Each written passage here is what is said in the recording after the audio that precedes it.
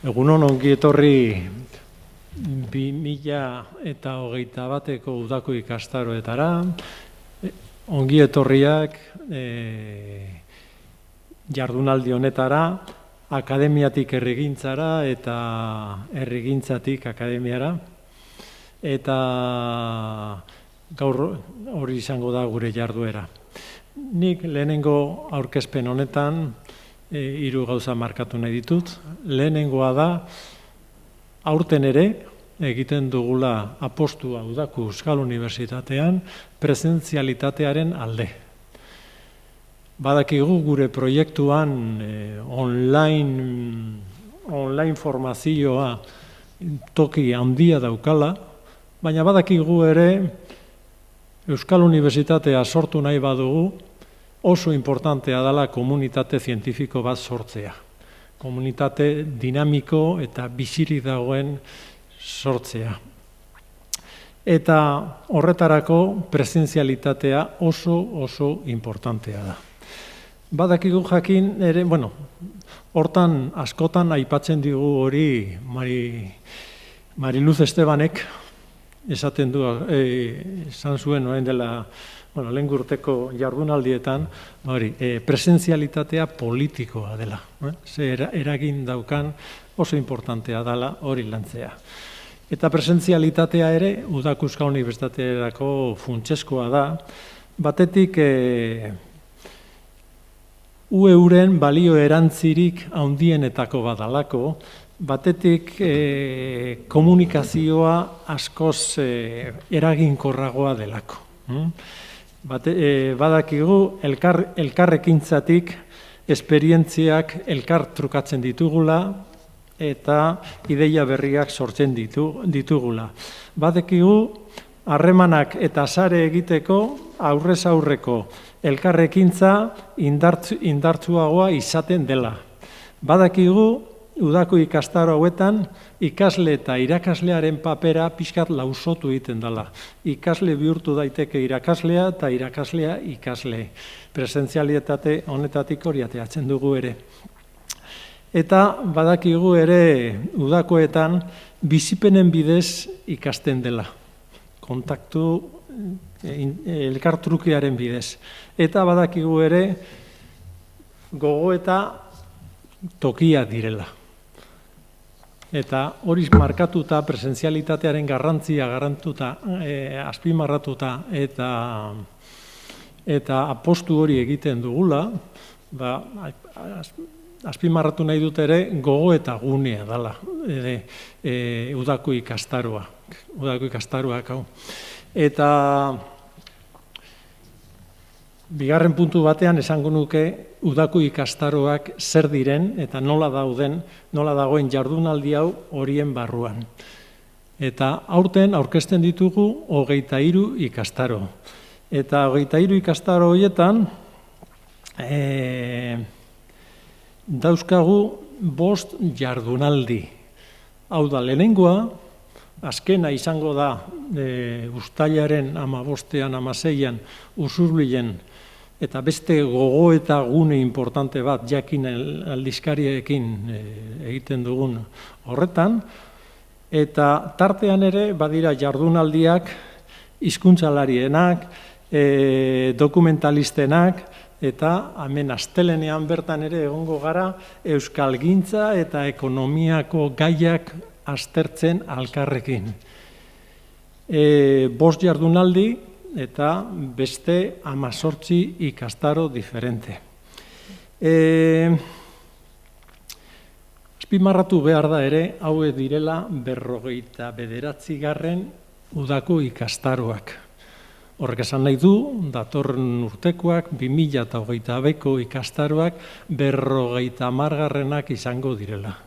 Guretzat hori abagune egokia da gogoeta egiteko, proiektua berriztatzeko, eta normalean azkeneko, lehen urtetik hasi ginen, azkeneko 3 urtetan 50. urteurrena baino lehenago, landu nahi ditugu hasierako jardunaldia gai estrategikoak.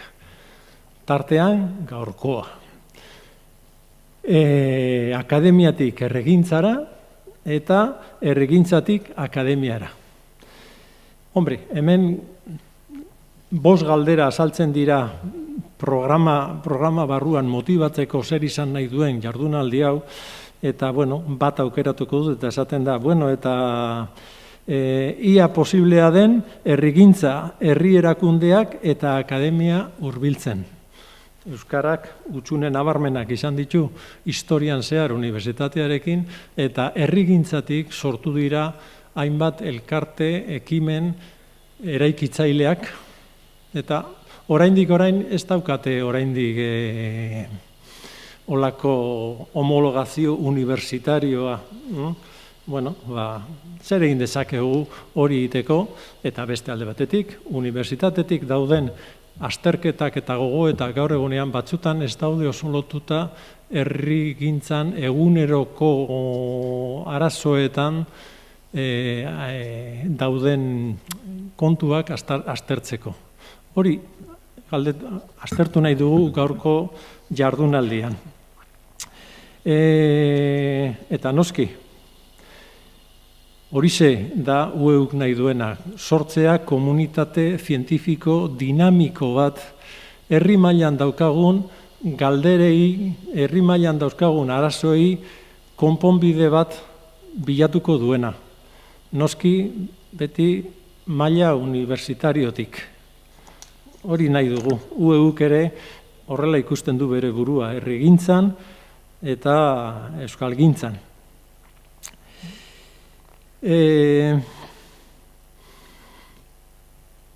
Esan dudan bezala, uztailaren 15-16 ere landuko ditugu gai hori.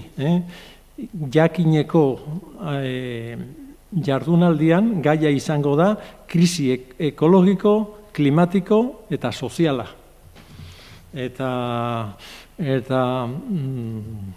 nonbait, bi parentesi horien artean, beste 21 ikastaro. Eta orduan nik azpimarratu nahi dut ere, 21 ikastaro horietan izen erakargarri asko azaltzen direla. Eta horien artean azaltzen direla, Kruzbig, osasun bakarra, chatbotak, berso eskolak, pandemiak, sindemiak, krisia, burujabetza, emakume filosofoak erabat ezabatuta, 21 ikastaro interesante, ni neu ja matrikulatu nahi zaitan, eta irrikitan nago parten hartzeko eta hortik edateko. Ikusita nola izango dan jarduera, dudako ikastaroen jarduera guzti hau, bukatu nahi dut eskerrak ematen. Batetik, eskerrak eman behar dizkiegu, honen antolaketan, ibili diren erakunde guztioi. Erakundetan eta babesa ematen. Eta bereziki ere, eskerrak eman nahi dizkiet udako Euskal Unibertsitateko langilei. Orain dela 2 aste, Ikergazte kongresuan argi eta garbi ikusten zen ze giro ona eta ze antolaketa ona egon zen. Udako Euskal Unibertsitatean 20 langile daukagu momentu honetan, eta antolaketan nabaritzen da gauza oso fin. Eta horregatik gaude gaur toki honetan, streaming bidez transmititzen ari gara, eta matrikulazio prozesu guztia ondo bideratuta eta baldintza honetan, gela honetan gaude. Eta besterik gabe, hasiko gara honekin, eta nire alboan dago Inés Castiella. Inés Castiella eta Iñaki Alegria izan dira gaurko jardunaldiaren diseinatzaileak, eta eurek eraman dute, eta orain Inés Castiellari emango diotitza gaurko jardueraren xehetasunak ondo azaltzeko. Inés? Eskerrik asko, kepa. Eta eskerrik asko ona gaur San Juan egun ondorengo honetan etorri zaretenok, kanpotik etorri zaretenak Iruñera etortzagatik, eta Iruñakoak zaretenok kontestablera bertaratzagatik, irekiera ekitaldi hau gurekin batera parte hartzera, ezta? Aurtengoak, Ekpak esan duen bezala, 59. da. Naiten du, esaten nuen, eskerrek eman kanpotik Iruñatik kanpo etorri zaretero Iruñera etortzagatik eta Iruñakoak zareteno kondestablera bertaratzeagatik gaurko egunarekin, ez da, gurekin irekiera ekitaldi honetan parte hartzera. Ekpak esan duen bezala 59. da aurtengoa, hurrengoa menderdia beteko du UEUk, eta aurtengoa Iruñean egitearena ez da kasualidadea, ez da, izan ere Don Ibane Loitzunen hasi zuen, antolatu zituen UEUk lehenbiziko udako ikastaroak, ondoren Uztaritzen segitu zuen, eta 78. urtean, hegoaldera pasa zenean, Iruñan hasi zuen ibilbidea UEUk, udako ikastaroekin. Eta hemengo batzuek gogoratuko duzuen bezala, San Ferminak ospatzen ziren garaiaietan, San Ferminak bukatu eta Iruñeko leku batzuk ustutzen hasten ziren bitartean, zegoen Iruñean beste toki bat, non Iruñetik eta Euskal Herritik euskaldunak iristen hasten ziren, eta leku hori Larraonako kolegioa zen, ospitalen ondoan dagoen kolegio hori, Campus Unibertsitatearen atzean. Eta euskaldunak ara etortzen ziren, alor akademikoetako ezagutzak euskeraz jasotzeko asmo horrekin. Eta horrela hasi ziren udako ikastaroak hemen Iruñan, urte batzutan zehar eman izan zirenak, eta gaur-gaurkoz segitzen dutenak. UEUko sorrera horietara bueltatuz. UEU sortu zenean asmoa zen Euskal Unibertsitate Nazional eta Herrikoi bat sortzearena, ezta? Eta, horrekin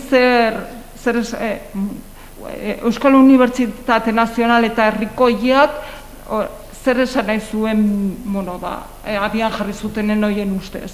Batetik, euskara eta unibertsitatearen munduak elkartzearena zen, asmoetako bat, bestetik nazionala izatearekin esan nahi zuten bai iparraldeko eta bai hegoaldeko euskaldunak bildu nahi zituela, asmoa hori zuen behintzat, bestetik herrikoia izatea zuen helburu, herrikoia ez elitista bezala ulertuta alde batetik, eta bestetik ulertzen zutelako kultura herriaren ondasun bat zela, eta ondasun hori unibertsitate bezalako erakunde batek kudeatu eta zaindu bartzuen moduko zerbait izan barko zuela. Eta bukatzeko kultura hitza ulertzen zen herriko ezagutza zientifiko eta bestelako ezagutza humanistiko, baino herriari lotutako ezagutza bezala beti ere. Oinarri guzti hauek kontutan hartuta, esan behar da, urte hauetan zehar, UEUk udako ikastaroak antolatzeaz aparte, 85ean Iruñako udako ikastaroatatik atera edo horietaz gain, beste Euskal Herriko beste lurralde batzuetara zabaldu zirela, bertan hainbat hitzaldi, jardunaldi eta ekimen antolatzeko. Eta gaur egun ere horretan dihardu. Bestetik, aipatzekoa da baita ere, UEU izan dela maila akademikoan euskeraz argitalpenak egitera ziltzen lehena.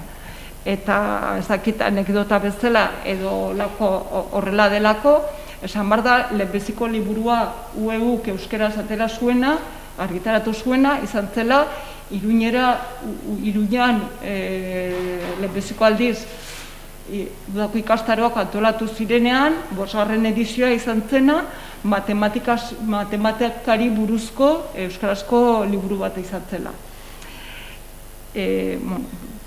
Bestetik, komunitate zientifiko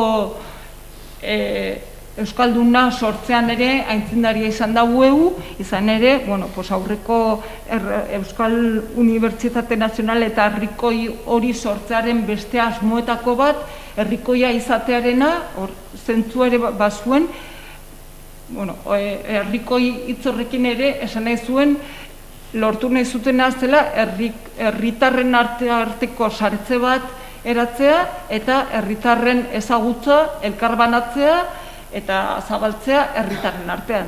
Beraz, hori ere bada UEUren lorpen bat, izan ere horrena adierazgarri badirelako gaur egun UEUren baitan badauden 27 sail, horietako asko aktiboa direnak, eta horiekin sail bakoitzak bere maiztasunarekin, baina antolatzen diren adibidez informatikari euskaldunen topaketak, naturzientzietako topaketak, aurten Iruñean egin zirenak eta pandemiaren gatik Donostin egin direnak, fizikarienak, ekonomikarienak, matematikarienak, eta beste batzuk ere bai, ezta? Orduan komunitatea zientifikoak osatzearena ere UEUren lorpen garrantzitsu bat dela iruditzen zaigu.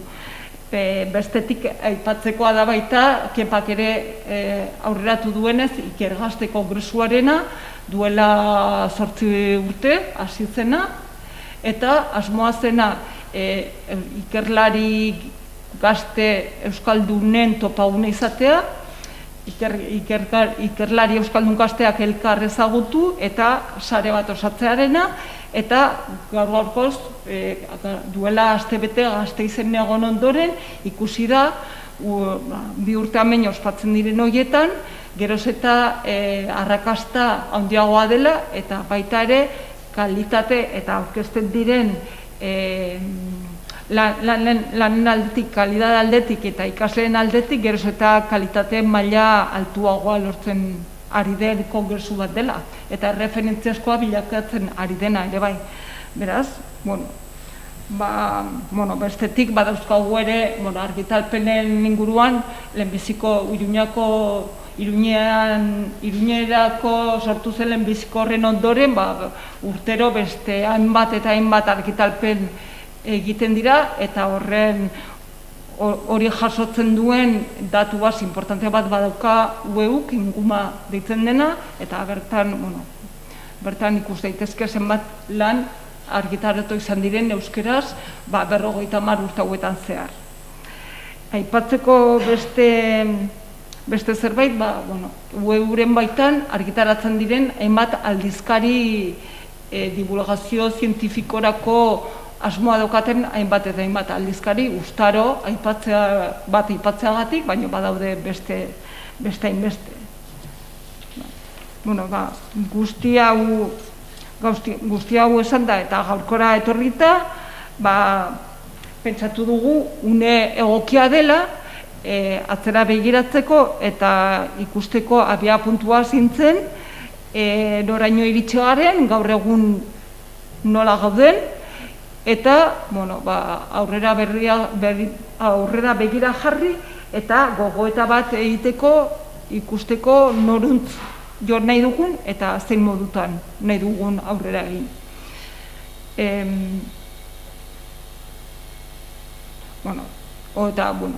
Horren inguruan egokia ere izan daiteke, larrasketen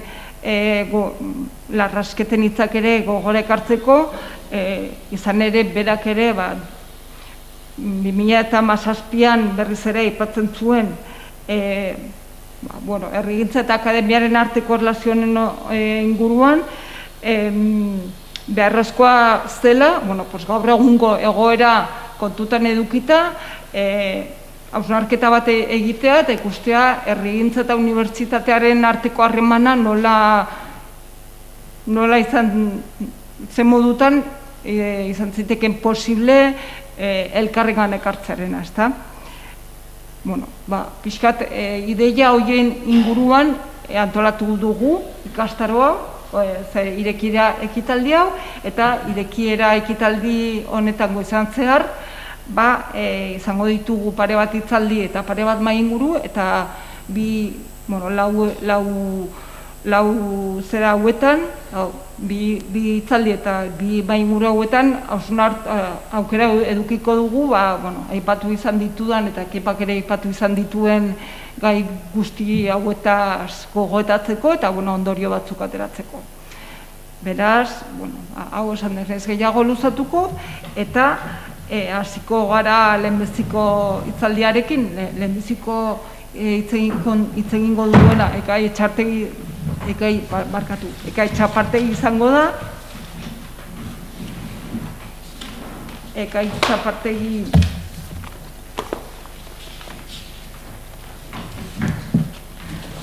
Iñaki Alegriari emango diot hitza, eta berak egingo du.